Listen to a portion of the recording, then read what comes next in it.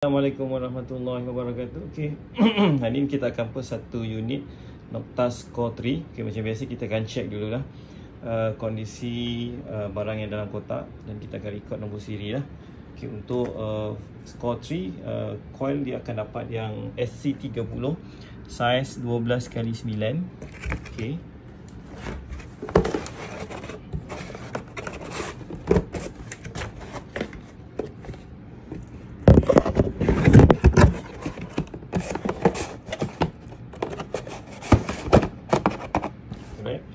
Ini controller dia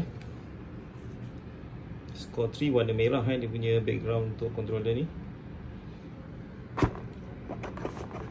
Kita akan masukkan semua dah. Barang komplit semua, kita akan packing lah. Sebab asal kita double check, sebab mungkin ni dekat kilang memanglah dia dah check kan. So sebelum post kita akan check lagi sekali lah, pastikan semua barang dalam keadaan baik. Okay, kita akan packing balik.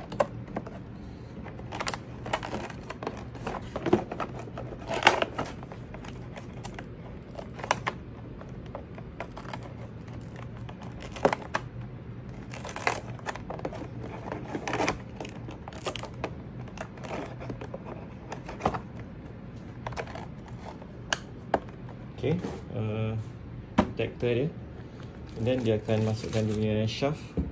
Okay, untuk yang Core 3, Core 2 dengan Simpact Ultra, shaft dia shaft yang sama untuk carbon. Dan dia punya untuk pointer punya okay, ni dia akan dapat free pointer 2800, akan dapat complete sekali dengan pointer.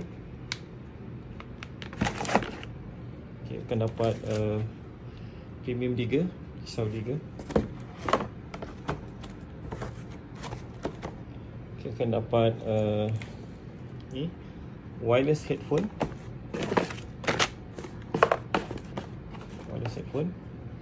kemudian dia punya set untuk cable charging, 3 pin screw.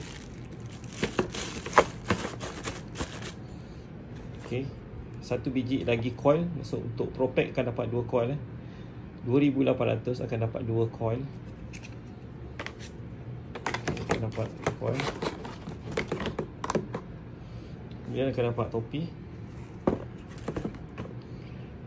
Dan last yang ni bag untuk finding bag. Dan satu lagi akan dapat yang bag yang besar tu. Yang bag besar tu kita tak boleh nak masukkan dalam ni, sebab memang dah Pro Pack. Yang tu kita akan packing dan kita akan letak di bahagian luar nanti.